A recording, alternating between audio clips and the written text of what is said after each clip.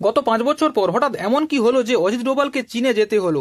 এটা একটা ঐতিহাসিক ঘটনা। পুরো দুনিয়া দেখছে ইন্ডিয়া চায়না সম্পর্ক ধীরে ধীরে স্বাভাবিক হচ্ছে।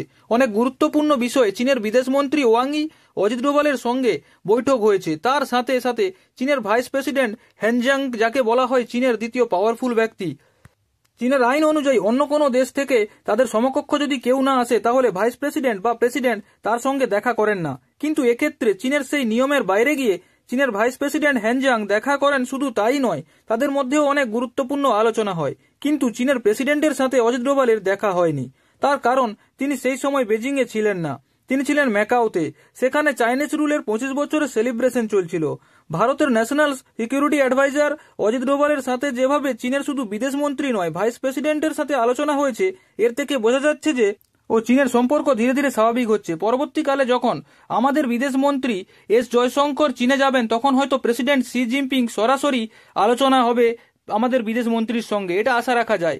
আজ থেকে 5 বছর আগে ভারত ও চীনের মধ্যে যে সম্পর্ক ছিল, 2024 ব্রিক্স সম্মেলনের পর থেকে ভারত চীনের মধ্যে সেই সম্পর্ক দ্রুত উন্নতি ঘটছে, যা পুরো বিশ্বকে তাক লাগিয়ে দিয়েছে। চীন কখনোই ভারতের ভালো চায় না, তারপরও নিরন্তর ভারতের সঙ্গে ভালো সম্পর্ক রাখার চেষ্টা করছে। তার একটাই কারণ, আমেরিকা। বর্তমানে বিশ্বে কয়েকটি দেশ, ভারত, চীন, রাশিয়া, আমেরিকা চর্চার সেরা তালিকায় রয়েছে। আমেরিকা পুরো বিশ্বে সুপার পাওয়ারফুল নামে পরিচিত। রিসেন্টলি আমেরিকার প্রেসিডেন্ট হবেন ডোনাল্ড ট্রাম্প। বিশ্ব আমেরিকাকে সুপার পাওয়ার রাখার জন্য তিনি যা খুশি তাই করতে পারেন। একথা বলার কারণ হচ্ছে, চীনও একসময় চেয়েছিল নিজেকে সুপার পাওয়ার বানাতে, যা আমেরিকা কখনো মেনে নিতে পারেনি। আর আমেরিকার বর্তমান প্রেসিডেন্ট ডোনাল্ড ট্রাম্প, তার হঠকারী সিদ্ধান্তের জন্য তিনি আলোচিত।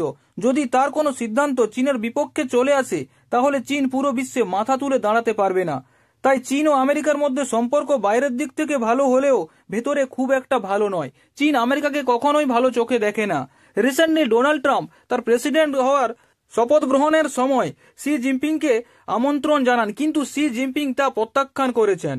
আমেরিকার ইতিহাসে আজ পর্যন্ত কোনো প্রেসিডেন্ট নির্বাচন হওয়ার সময় অন্য দেশের প্রেসিডেন্ট বা প্রধানমন্ত্রীকে আমন্ত্রণ জানায়নি।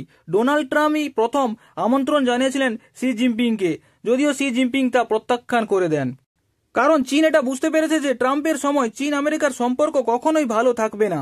তাই চীন ভারতের সঙ্গে তার সম্পর্ক ভালো রাখার চেষ্টা করছে। অজিত ডোভাল ও চীনের বিদেশমন্ত্রী ওয়াং ই ও ভাইস প্রেসিডেন্ট হ্যানজাং এর সাথে যে মেজর বিষয়ে আলোচনা হয়েছিল, তা হলো দুই দেশের আন্তর্জাতিক সীমানা কখন সঠিক নির্ধারিত হবে। কারণ সীমানায় এখনো দুই দেশের আর্মি মজুদ আছে, তাই সঠিক বলা যাচ্ছে না যে কখন এই সীমানা সঠিক নির্ধারিত হবে। এর জন্য যদিও অনেকটা সময় লাগবে, তবুও একদিন এই সমস্যার সমাধান হবে। দ্বিতীয়ত, কৈলাস সরোবর যাত্রা। বর্তমানে কৈলাস পর্বত এখন চায়না অধিকৃত তিব্বতে। হিন্দু, বৌদ্ধ, জৈন এই 3 ধর্মের জন্য অনেক গুরুত্বপূর্ণ এই কৈলাস সরোবর। কৈলাসের মানসরোবর যাত্রার জন্য ভারতীয়রা দীর্ঘদিন 5 বছর অপেক্ষা করে আছেন। 2020-তে কোভিড, তারপর গালওয়ান সংঘর্ষ, এরপর থেকে ভারত চীনের সম্পর্কের যে অবনতি ঘটে, তাতে ভারতীয়রা সেখানে যেতে পারছেন না। খুব জলদি ভারত ও তিব্বতের রাস্তা পুনরায় চালু হবে। তৃতীয়ত, ট্রান্স বর্ডার রিভার কোঅপারেশন।